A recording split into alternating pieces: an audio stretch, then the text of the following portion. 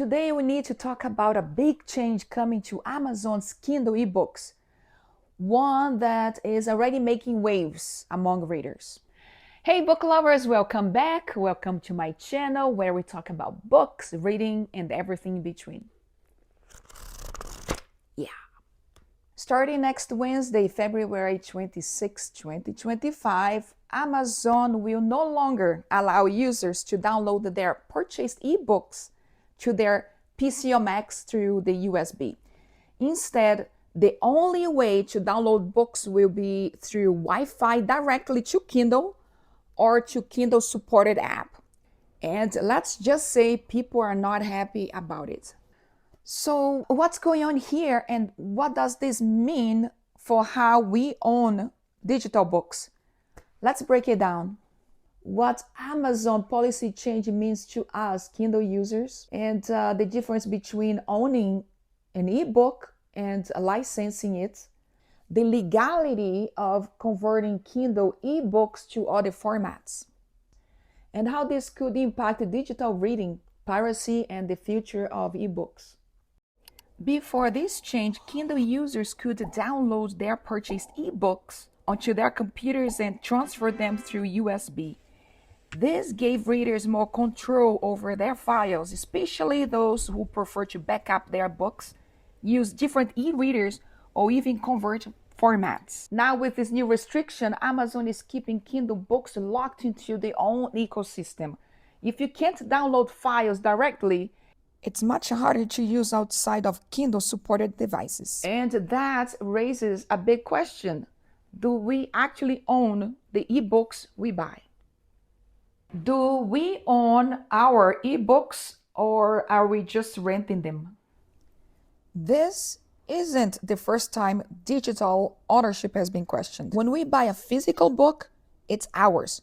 We can lend it, resell it, or even keep it forever. But ebooks, not so much. Maybe it's not transparent enough.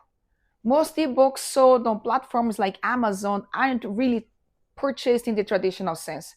Instead, we are buying a license to read them. That means Amazon can restrict how we access them. And in extreme cases, they have removed books from users' libraries.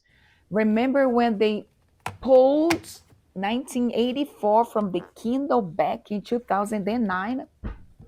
I don't, because I didn't have 1984 in my library. I have the real book.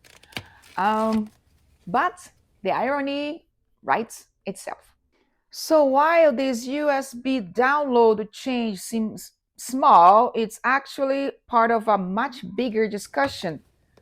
Are we truly buying these books or are we just paying for a temporary access? Okay, so why would Amazon suddenly remove USB downloads? We can only speculate, but here are some not groundbreaking insights. Piracy prevention. Some people buy ebooks, strip the DRM, digital rights management, and distribute them illegally. This change makes it harder to do it. Keeping users in the Amazon ecosystem. I'm okay with that, but maybe you're not. If you can only download books through Wi-Fi to a Kindle, you are less likely to use a competing e-reader. Format control. Amazon has long resisted the EPUB format, favoring their own MOBI and AZW formats instead. This could be part of a broader strategy to keep their ebooks within their proprietary system. Again, I find it that's fine, but you might not like that, right? Well, you tell me. What do you think? Do you think they are cracking down on piracy or just tightening their grip on the Kindle ecosystem? I have so many questions. Let's see if I can answer my own questions here. Is it legal to convert Kindle ebooks? Now, let's talk about something many Kindle's users do. I don't. Maybe you do. Converting ebooks to different formats using a software called Caliber. A lot of people use Calibre to convert Kindle books into EPUB files, making them readable on non-Kindle devices. But is it legal? Apparently, no.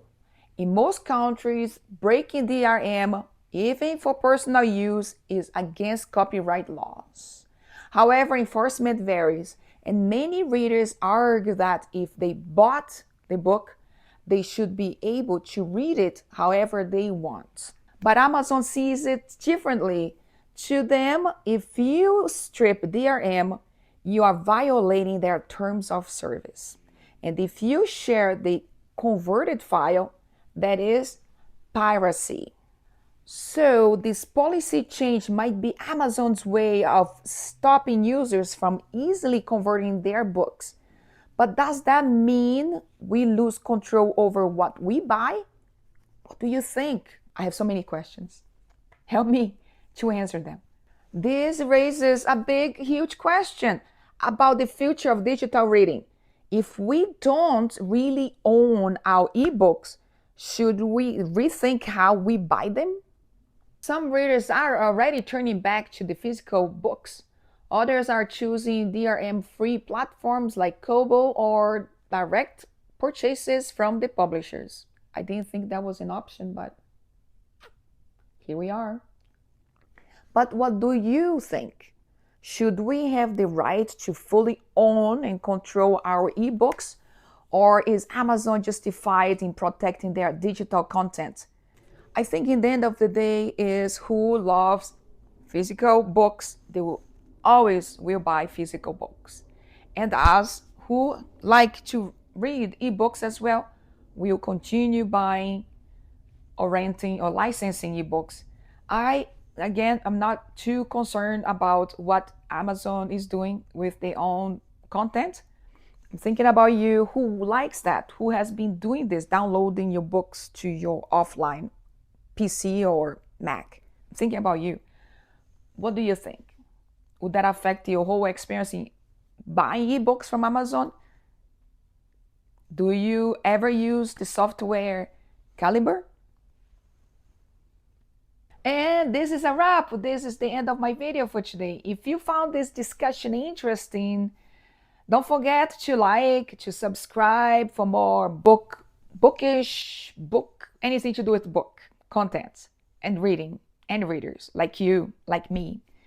So drop down comments below so I get to read them and to understand your thoughts. I love to have this conversation with you. So go ahead and do that.